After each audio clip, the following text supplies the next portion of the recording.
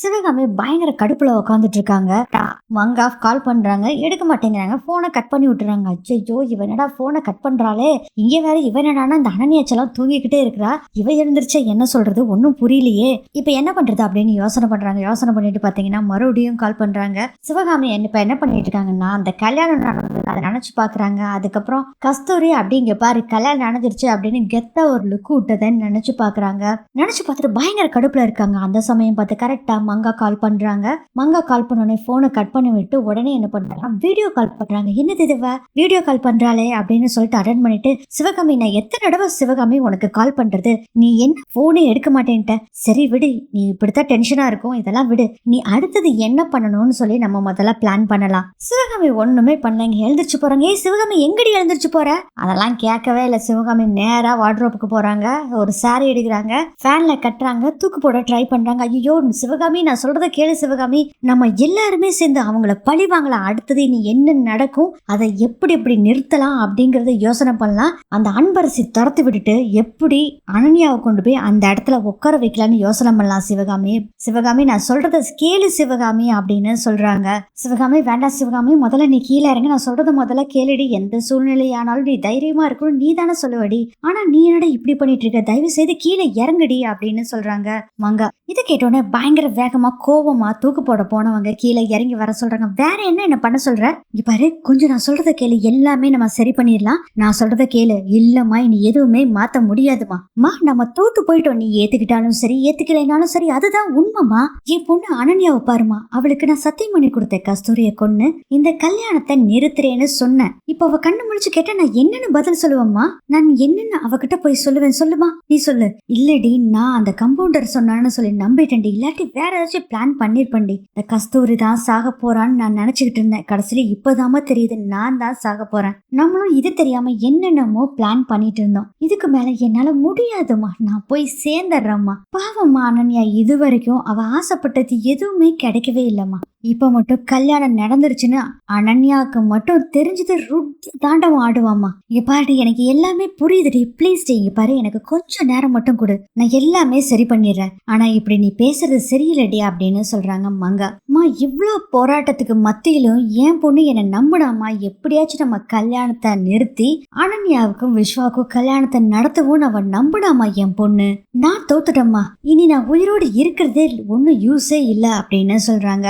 சிவகாமி சிவகாமி சிவகாமி அப்பெல்லாம் எதுவுமே பண்ணிடாத சிவகாமி, நான் இருக்கேன், நான் வரேன், ஒரு நிமிஷம் வெயிட் பண்ணு. இல்லம்மா அனன்யா மட்டும் கண்ணு முழிச்சான்னு வச்சுக்கேன், அவ்வளவுதான், அவ வாழ்க்கையவே முடிச்சுக்குவா, அல்லது அன்பரசியை கொன்னுட்டு அவ ஜெயிலுக்கு போயிருவா. கண்டிப்பா இந்த ரெண்டுல ஏதாச்சும் ஒண்ணு பண்ணுவாமா, அவ வாழ்க்கை அவ்வளவுதான் வீணா போயிரும். எது நடந்தாலும் அதை பாக்குற சக்தி எனக்கு கிடையாதுமா அப்படின்னு சொல்லிட்டு பயங்கரமா அழுகுறாங்க சிவகாமி. அம்மா எல்லாமே அனன்யாக்காகன்னு சொல்லுமா, அவளுக்காக தான் நான் இந்த முடிவை எடுத்தேன்னு சொல்லு, அவ இதை நினைச்சு கவலைப்பட வேண்டான்னு சொல்லு, அவகிட்ட ஃபேஸ் பண்ண முடியாம தான் இந்த முடிவை எடுத்தேன்னு சொல்லு. அம்மா என்னோட கடைசி ஆசை என்ன தெரியுமா, அனன்யா ஏதாச்சும் ஒரு பையனை கல்யாணம் பண்ணிக்கிட்டு எங்கேயாச்சும் போயிட்டோம், ஆனா இவர்கிட்டயும் இந்த கிழவி இருக்கிற வீட்டிலயும் இருக்க கூடாது, அவ எங்கேயாச்சும் போய் சந்தோஷமா இருக்கட்டும்மா, இதுதாம்மா என்னோட கடைசி ஆசை, உங்க யாரு கண்ணையும் படாம அவ எங்கேயாச்சும் போய் நல்லா இருக்கட்டும்மா, இதை மட்டும் நீ செய்வியா அப்படின்னு அழுதுகிட்டே கையை எடுத்து கும்பிடுறாங்க அவங்க அம்மாவை பார்த்து. இது எல்லாமே வீடியோ கால தான் போயிட்டு இருக்கு. அவங்க அம்மா பார்த்து கேக்குறாங்க, ஏண்டி இப்படி எல்லாம் சொல்லிட்டு இருக்க, இங்க பாருமா இந்த குடும்பத்துல இருக்க ஒருத்தரும் கூட நீ விடக்கூடாது, எல்லாரையும் நீ கதற விடுற, அந்த அன்பரசு என் வீட்டுக்காரு கஸ்தூரி அந்த கிழவி யாருமே நிம்மதியே இருக்க கூடாதுமா, ஏண்டா வாழறோன்னு சொல்லி ஒவ்வொரு நிமிஷமும் செத்து செத்து பொழைக்கணும்மா, அத நீ இப்போ பொண்ணுக்காக பண்ணுவியாமா, இங்க பாருடி நான் சொல்றத கேளு, இத பண்ணுவோம் கண்டிப்பா பண்ணுவோம், ஆனா நீயும் நானும் சேர்ந்து பண்ணலாண்டி, நீ அம்மா கூட இருடி, அம்மா அவங்கள படுத்துற பாட பார்த்துட்டு நீ சந்தோஷப்படுடி, நீ இப்படி விட்டுட்டு போனா அனன்யா என்ன பண்ணுவா சொல்லு, நீ தாண்டி என்னோட உலகமே. இது எல்லாமே பாத்தீங்கன்னா தூக்கு போட போனாங்கல்ல, இவங்க அம்மா பேசுறதுனால இறங்கி வந்து பேசிட்டு இருக்காங்க வீடியோ கால்ல. அப்ப வந்து மங்கா சொல்றாங்க, இல்லடி வேண்டாண்டி நான் சொல்ற கேளு, இல்லம்மா என்னால இருக்கவே முடியலம்மா, பைத்தியம் பிடிக்கிற மாதிரி இருக்கு, என்ன உன்னை அப்பாவை அனன்யாவை விட்டுட்டு போறான் தான் எனக்கு கவலையா இருக்கு, நான் இல்லாம என் பொண்ணு எப்படி வாழ போறான்னு நினைக்கிறப்ப எனக்கு கவலையா இருக்கு. ஏமா இன்னொரு விஷயம், இந்த கல்யாண வீட்டுல யாராச்சும் இறந்துட்டா உடனே இந்த சாந்தி முகூர்த்தம் எல்லாம் நடக்காதுல்ல, அது மாதிரி நடக்காம போயிரும்ல, நான் இறந்துட்டேன்னா அப்படின்னு சொல்றாங்க சிவகாமி. அதுக்கு மங்கா சொல்றாங்க, சாந்தி முகூர்த்தம் தானா நான் நிறுத்துறேன்டி, அவன் வாழ்நாள் முழுவதும் 2 பேரும் ஒண்ணு சேராம நான் பண்றேன், ஆனா இந்த தப்ப மட்டும் பண்ணிராத அப்படின்னு சிவகாமி கிட்ட சொல்றாங்க மங்கா. பேசிட்டு இருக்கும் போது கார் ஹார்ன் அடிக்குது. உடனே அங்க போறாங்க. போய் ஜன்னல் வழியா பாக்குறாங்க. பார்த்தா பொண்ணு மாப்பிள்ள கார் வந்திருக்கு. அன்பரசி விஸ்வா 2 பேர் வந்திருக்காங்க. அதை அப்படியே பாத்துக்கிட்டு இருக்காங்க. மாடியில இருந்து பொண்ணு மாப்பிள்ள 2 பேர் இறங்குறாங்க. ஆரத்தி எடுக்கிறதுக்காக சொல்றாங்க. அங்க வேலை செய்யற சர்வன்ட் அக்கா இருக்காங்கல்ல, அவங்க அம்மா எடுத்துட்டு வரேன் அப்படிங்கிறாங்க. ஏன் அந்த சிவகாமி எங்க இருக்கா? அவங்க மாடியில இருக்காங்கம்மா, அவ இதுக்கெல்லாம் வரமாட்டா அப்படின்னு சொல்லிட்டு சரி நீயே எடுத்துட்டு வாப்போ அப்படின்னு பாட்டி அனுப்பிச்சு விடுறாங்க. விஸ்வா அன்பரசி 2 பேர் கீழே இறங்கி வர்றாங்க. ஆமா அன்பரசி, நம்ம ஹனிமூன் எங்க போலாம்?